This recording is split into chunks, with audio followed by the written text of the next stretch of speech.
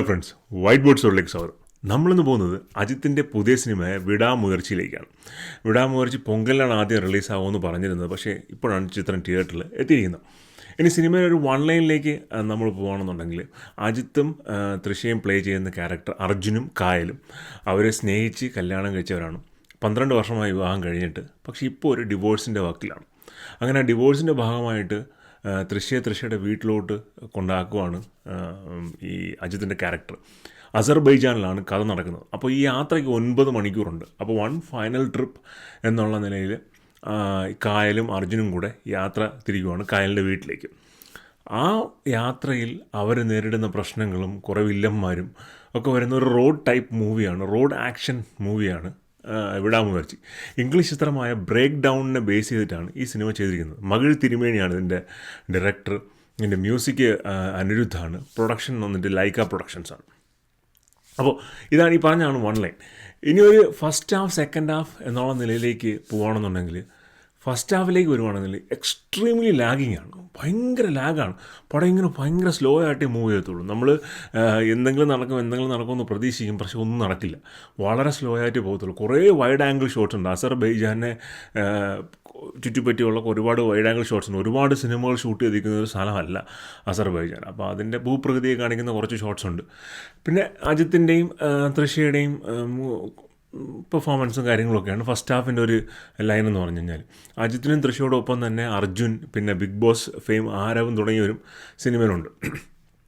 ഇനി second ഹാഫിലോട്ട് വരുവാണെന്നുണ്ടെങ്കിൽ, second ഹാഫും first ഹാഫിന് സമാനമായ രീതിയിൽ തന്നെയാണ്, ലാഗിൽ തന്നെയാണ് പോകുന്നത്. ആദ്യത്തെ ഒരു 30-40 മിനിറ്റ്സോളം. പിന്നെ അവസാനത്തെ ഒരു അരമണിക്കൂർ പടം ഒരു ഫാസ്റ്റ് പേസ് ട്രാക്കിൽ കയറി പോകുന്നുണ്ട്. അത് നല്ല എൻഗേജിങ്ങും നല്ല സ്റ്റണ്ടും ആക്ഷൻസും എല്ലാം ഉണ്ട്. പടത്തിലാകെ കൊള്ളാമെന്ന് പറയാവുന്നത് ആ ഒരു 30 മിനിറ്റ്സ് മാത്രമാണ്. അതർ ദാൻ ദാറ്റ് ഇതൊരു ഭയങ്കര ലാഗുള്ളൊരു പടമായിട്ട് നമുക്ക് തോന്നും. നമ്മൾ തിയേറ്ററിൽ ഇരുന്ന് ഉറങ്ങിപ്പോയാൽ അതിന് നമുക്ക് കുറ്റം പറയാനായിട്ട് പറ്റില്ല. അത്തരത്തിലുള്ള ഒരു ടേക്കാണ്. നമ്മൾ അജിത്തിൻ്റെ ഒരു സിനിമ കാണുകയാണ് എന്നല്ലെങ്കിൽ അജിത്തിൻ്റെ കുറേ മാസ് എലമെൻറ്റ്സ് ഒക്കെയുള്ള ഫാൻ മൊമെൻറ്റ്സ് ഒക്കെയുള്ള ഒരു സിനിമ കാണാമെന്ന് പ്രതീക്ഷിച്ച് ഇതിന് കയറേണ്ട കാര്യമില്ല. അങ്ങനെയുള്ള സാധനങ്ങളൊന്നും തന്നെയില്ല. പിന്നെ ഇതിൻ്റെ അകത്ത് അദ്ദേഹം ലാസ്റ്റ് 30 മിനിറ്റ്സ് ചെയ്തിട്ടുള്ള ഹാൻഡ് കോമ്പാറ്റ് സ്റ്റൺസ് ഉണ്ട്. അത് വൺ ഓഫ് ദ ബെസ്റ്റ് ആണെന്ന് എനിക്ക് തോന്നി. അജിത്ത് അങ്ങനെ ഇത്ര ക്ലോസ് ആയിട്ട് പിന്നെ ഹാൻഡ് കോമ്പാറ്റ് സ്റ്റൺസ് വേറെ സിനിമകളിൽ ചെയ്തിട്ടുണ്ടോ എന്ന് എനിക്ക് സംശയമാണ്. കാര്യം വേറെ ഈ മറ്റേ വാളും അതുപോലുള്ള പരിപാടികളൊക്കെ വെച്ച് ലോക്കൽ ടൈപ്പ് സ്റ്റണ്ടുകളൊക്കെ ഒരുപാട് ചെയ്തിട്ടുണ്ട്. പക്ഷേ ഇത് കുറച്ചും കൂടെ ക്വാളിറ്റി ആയിട്ട് കോറിയോഗ്രാഫ് ചെയ്തിട്ടുള്ള സ്റ്റൺസാണ്. ഈ സിനിമയിലെ ഒരു ഹൈലൈറ്റ് പോയിൻറ്റും ലാസ്റ്റ് 30 മിനിറ്റ്സിൽ വരുന്ന ആക്ഷൻ സീക്വൻസുകളും സ്റ്റണ്ടും ഒക്കെയാണ്. പടത്തിൽ വർക്കൗട്ടായിട്ടുള്ളതും ആ ഒരു ഏരിയ മാത്രമാണ്. എനിക്ക് തൃശ്ശയുടെ പെർഫോമൻസ് ഓക്കെയാണ്. പ്രത്യേകിച്ച് അങ്ങനെ എടുത്തു പറയാനത് ഒന്നുമില്ല.